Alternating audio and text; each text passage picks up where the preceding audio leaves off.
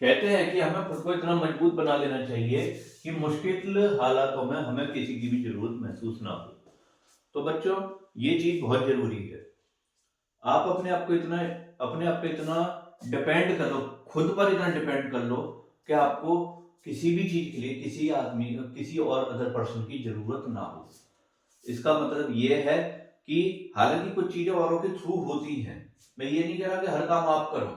इस लाइन का मतलब ये है कि अगर कोई एक आदमी किसी काम को करने में आपको धोखा दे जाए तो आप उसे दिल पे मत लो, दिमाग से दूसरे आदमी से काम करा लो। क्योंकि हर आदमी को काम लेना और काम करना, दो बोथ आर डिफरेंट थिंग्स। अगर आप काम कर रहे हो तो किसी से भी करवा सकते हो, आप इस चीज को भी नोट करके चलो, समझ रहे हो। और अगर आप खुद कर रहे हो हर चीज तो you are not successful person. Successful वही है जो सारे काम करे और लेकिन कभी भी किसी से किसी भी चीज की रहम ना मांगे। ठीक है, तो बस यही है कि आप अपने आप पे इतना भरोसा करना सीखो कि कल कोई आपको छोड़ के चला गया तो आपको उस चीज की कमी महसूस हुई ना। क्योंकि आप अभी इस स्टेज में हैं और जब आप अपनी नौकरी के फील्ड में जाएंगे तो ऐसे धोखे वगैरह, जैसे आप धोखा कहेंगे, तो आपको रोज झेलने को मिलेंगे। ठीक, और उस वक्त अगर आप डिप्रेशन में चले गए तो आपका मामला वहीं खत्म हो जाएगा। मेन चीज जब नौकरी में जाके सबसे पहले चीज होती है अपने आप को डिप्रेशन से बचा के रखना।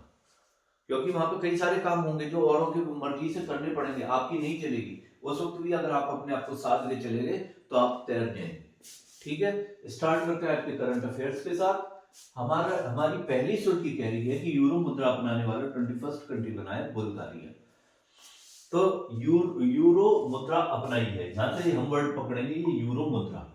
यूरो मुद्रा किसकी होती है? जो यूरो जोन में जितनी भी कंट्रीज होती हैं उनकी मुद्रा होती है यूरो मुद्रा, यूरो जोन की कंट्रीज की। ठीक है, और यूरो जोन क्या चीज है कि 1992 में एक मॉस्ट्रिच की संधि हुई थी। किसकी संधि हुई थी बेटा? मॉस्ट्रिच की संधि हुई थी 1992 में।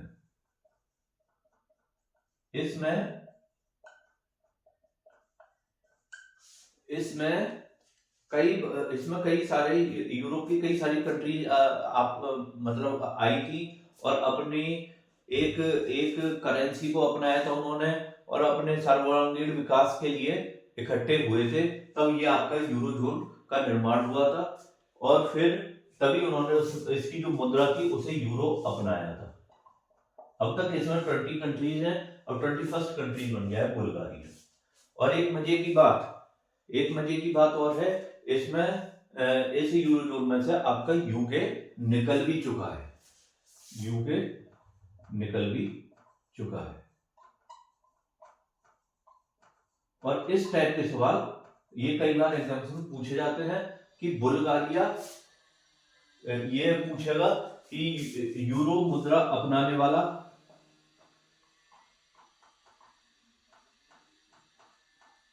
नया देश। ठीक, और एक सवाल इससे और बन सकता है कि ब्रिक्स में अभी जो नया शामिल देश कौन है, वो आप लोग बताइए मेरे को।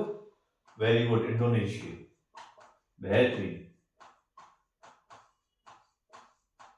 इंडोनेशिया, ये आपने याद रखना है। Very good. अब चलते हैं अपने अगले टॉपिक की तरफ। हमारी अगली सुर्खी कह रही है कि ऑस्ट्रेलिया ने भारतीय उत्पादों पर 0% ड्यूटी कर दिया है। यहां से हम एक चीज पकड़ के चलते हैं कि जो ये ऑस्ट्रेलिया कंट्री है, ऑस्ट्रेलिया जो भारत से एक्सपोर्ट करता है, जो अपना सामान मंगाता है, उस पर अपने यहां उसने कस्टम ड्यूटी वो 0% कर दी है। ठीक है, इससे पहले एक कंट्री ने और करी थी, मैंने अभी 2-3 दिन पहले के ही एक लेक्चर में आपको बताया था, वो करी थी न्यूजीलैंड में।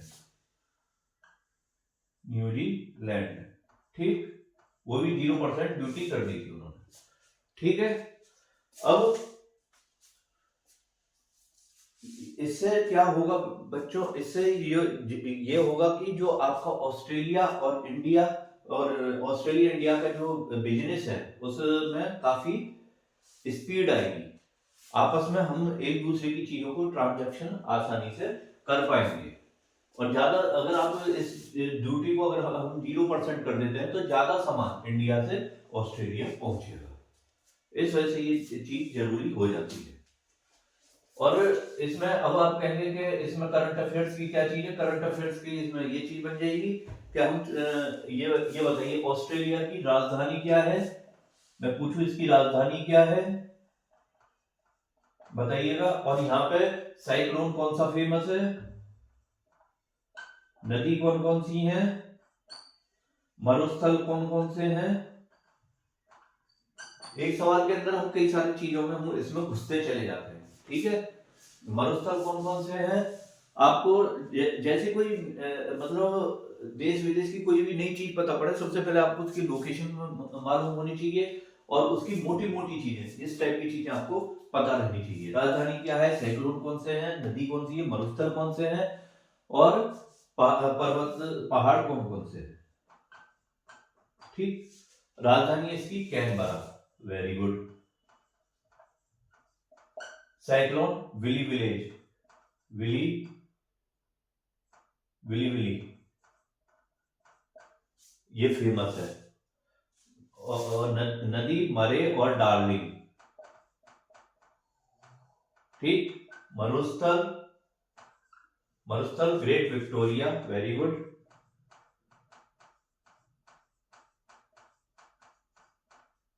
Great Victoria. पहाड़ ग्रेट डिवाइडिंग रेंज।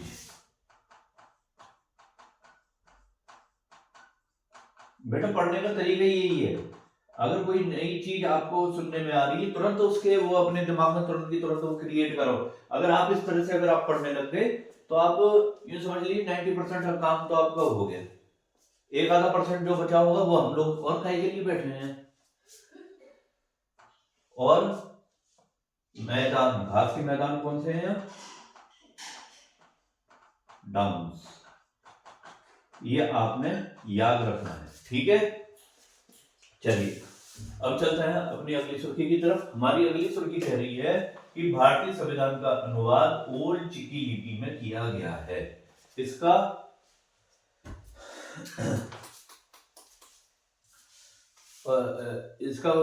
क्या बोलते हैं, पदार्पण हमारे प्रेसिडेंट द्रौपदी मुर्मू जी ने भी किया था।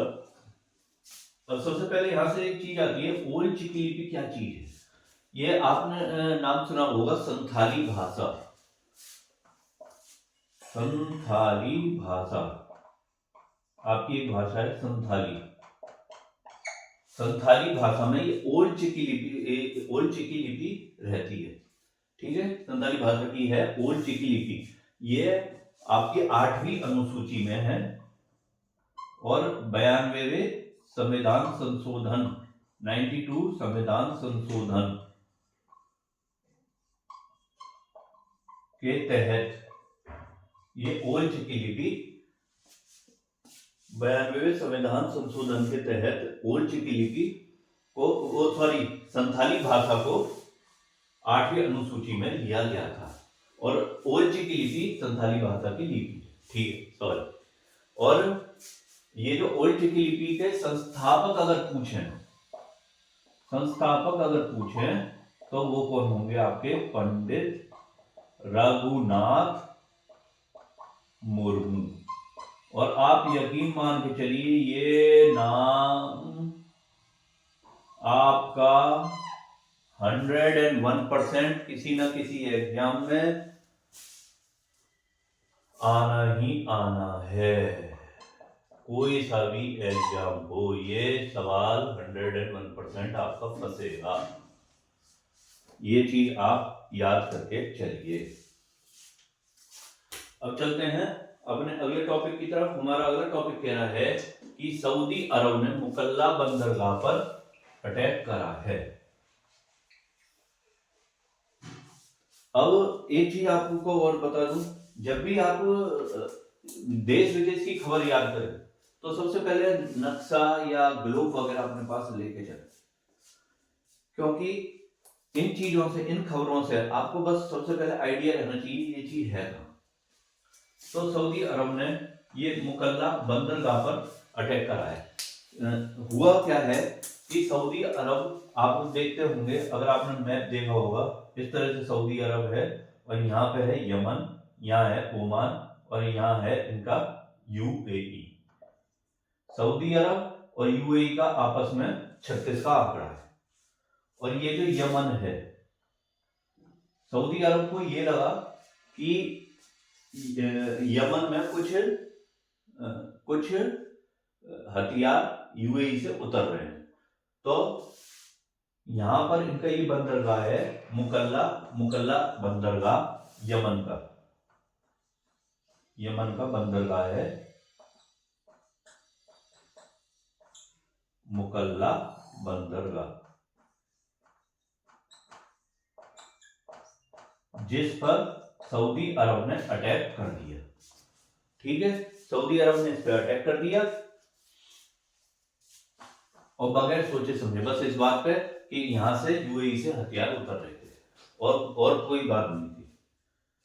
अब मेन बात आती है, एग्जाम में आपसे क्या पूछेगा, सबसे ये चीज पूछ लेगा कि मुकल्ला बंदरगाह कहां पर है। हाल ही में खबरों में रहे मुकल्ला बंदरगाह कहां से रिलेटेड है। एग्जाम में अगर आपसे पूछेगा तो यूं पूछ ले। ठीक है, अब आते हैं एक चीज और बताइए कि सऊदी अरब के बंदरगाह, सऊदी अरब के रेगिस्तान का नाम बताइए आप लोग। ठीक है, वेरी गुड।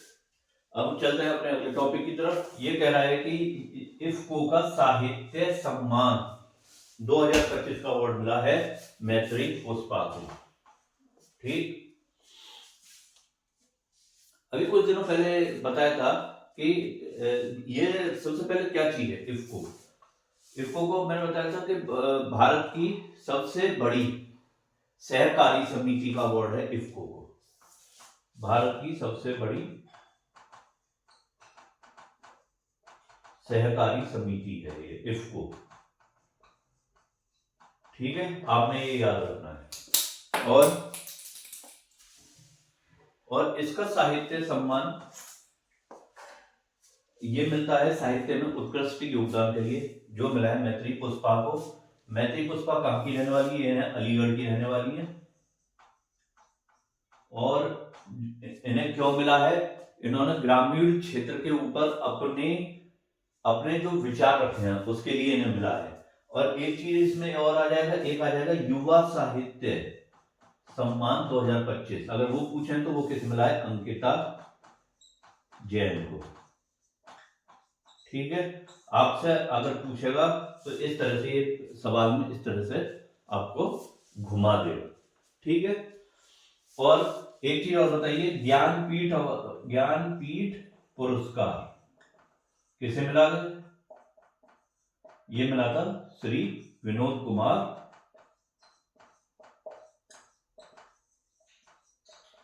शुक्ल को। ठीक है, ये आपने याद रखना है।